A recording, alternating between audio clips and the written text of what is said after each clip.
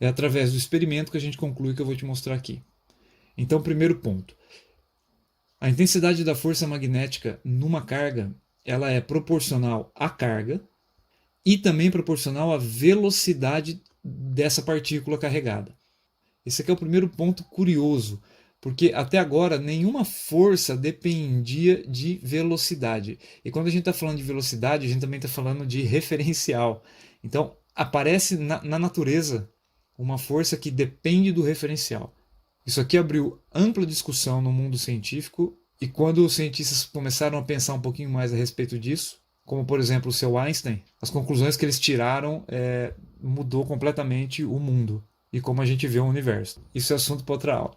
Mas vamos lá, agora eu vou te falar como é que essa força depende da velocidade. Então, primeiro, quando a velocidade é paralela ao campo, a força sobre a partícula é nula. Então, assim, você tem aqui linhas de campo e eu vou desenhar linhas paralelas que representam um campo uniforme. E se uma partícula carregada, vamos supor mais que, tem velocidade paralela a essas linhas, não vai atuar força magnética sobre essa carga. Ela vai continuar o caminho dela como se nada tivesse acontecido. Né? Ela não sente a presença do campo magnético aqui. E tanto faz se ela está indo naquela direção ou se ela está vindo nessa direção aqui. Ó. O que interessa são vetores paralelos, beleza? Eu tentei desenhar paralelo aí. Mas quando a velocidade é perpendicular ao campo, a força, aí atua uma força sobre ela e essa força é máxima. Então a gente vai ter algo mais ou menos assim. Esse aqui é meu campo magnético. Esse é um campo magnético uniforme, linhas paralelas e todas espaçadas. E agora a minha carga tem esse movimento. Ó. A velocidade é para cá, perpendicular a meu campo B. Aí sim, vai atuar sobre esse cara uma força magnética FB e a gente vai ver como é que ela vai fazer isso.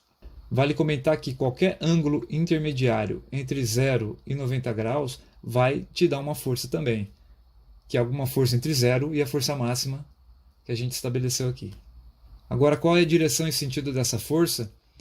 A força magnética é perpendicular tanto à velocidade quanto ao campo B. Ou seja, ela é perpendicular a V e a B ao mesmo tempo.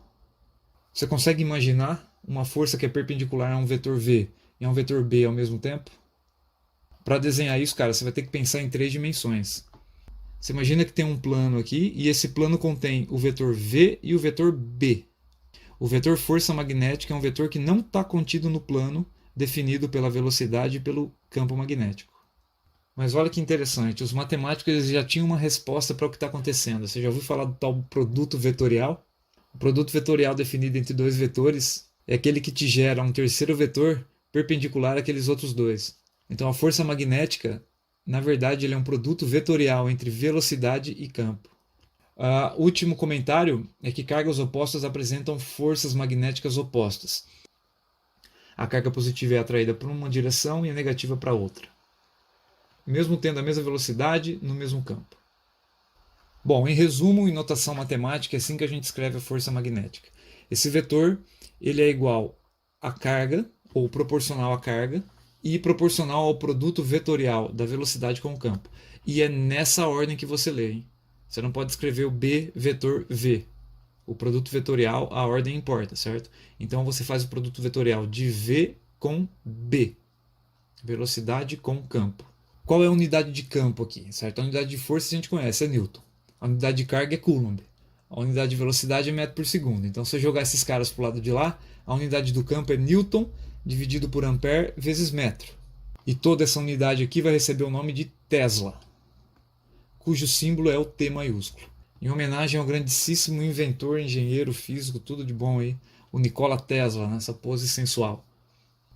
Em resumo, então, a força magnética possui um módulo que é dado por isso aqui, né? Porque já que é um produto vetorial, para você descobrir o módulo do produto vetorial, você pega o módulo do primeiro vetor, o módulo do segundo e o seno do ângulo entre eles e multiplica pela carga. Então, esse aqui é o módulo do vetor. A direção e o sentido é dado pela regra da mão direita, eu vou explicar já o que significa. Caso você tenha as componentes dos vetores, você pode jogar essas componentes nessa matriz e tirar a determinante dela, que ela vai te fornecer as componentes do vetor força magnética. Aqui uma tabela para demonstrar ordem de grandeza do campo magnético, né? Se você pegar aqui, por exemplo, a superfície da Terra, a ordem de grandeza do campo magnético da Terra é 10 a menos 4. São coisas baixas, né? Superfície do Sol, ordem de grandeza 10 a menos 2. Um aparelho de ressonância magnética possui uma intensidade de campo muito alta. 1,5 Tesla é muita coisa. E nos laboratórios pode chegar até 30 Tesla. Isso aqui é absurdo. Falando agora da regra da mão direita, tem um monte de tutorial no YouTube para você ver isso aqui, mas basicamente é o seguinte, né? Se você quer descobrir a direção da força, você deve alinhar, você deve pegar primeiro a tua mão direita, não troque a mão, senão dá problema, certo? Você usa a mão direita, estende os dedos na direção do vetor velocidade e empurra com a palma da mão o vetor velocidade para cima do vetor campo. Você tem que ver para onde que o campo está alinhado também, beleza? Fez aqui o giro e o teu dedão vai te dar o sentido, a direção e o sentido da força magnética. V vetor B. Também chamado de regra do saca-rolha, né? Se você fecha a tua mão empurrando V sobre B nessa ordem, o dedão vai te dar a força magnética. Isso aqui no caso de uma carga positiva, né? No caso da carga negativa, você tem que a força vai apontar no sentido contrário ao teu dedão. Então vai apontar nesse sentido aqui. E como a gente está trabalhando em 3D, mas estamos desenhando tudo no 2D, a gente cria um padrão de sinais para vetores saindo e entrando no plano. Então eu vou te dar um exemplo aqui. Vamos supor que eu tenho aqui um plano. Vou tentar desenhar 3D aqui meu plano, certo? E linhas de campo magnético estão atravessando este plano. Esse aqui é meu campo B. Elas estão furando o plano ali. Se você está aqui observando o que está acontecendo, certo? Você é o observador, você está olhando esse plano de frente, você está vendo essas linhas saírem do plano e indo para a sua direção. Para representar isso aqui no plano, a gente coloca pontos que vão representar vetores que saem do plano. Então aqui eles estão saindo da tela, indo na sua direção aí assistindo esse vídeo. Agora mudou, né? Se eu sou esse camarada olhando aqui, ó, desse lado, certo? Eu estou olhando daqui. Eu estou olhando para os vetores entrarem no plano e saírem do outro lado. A minha representação de vetor entrando no plano é o X. Ou seja, esses vetores têm origem em você que está assistindo o vídeo e entram na tela do computador. Então memorize essa simbologia. Então, por exemplo, ó, vamos usar a regra da mão direita para identificar onde está a força aqui. Você tem uma carga positiva com uma velocidade para a direita e um campo B para cima. Se eu empurrar com a palma da minha mão V sobre B, o meu dedão ele vai apontar para fora do quadro. Eu quis dizer para fora da tela. Olha esse caso. É a mesma estrutura, velocidade e campo.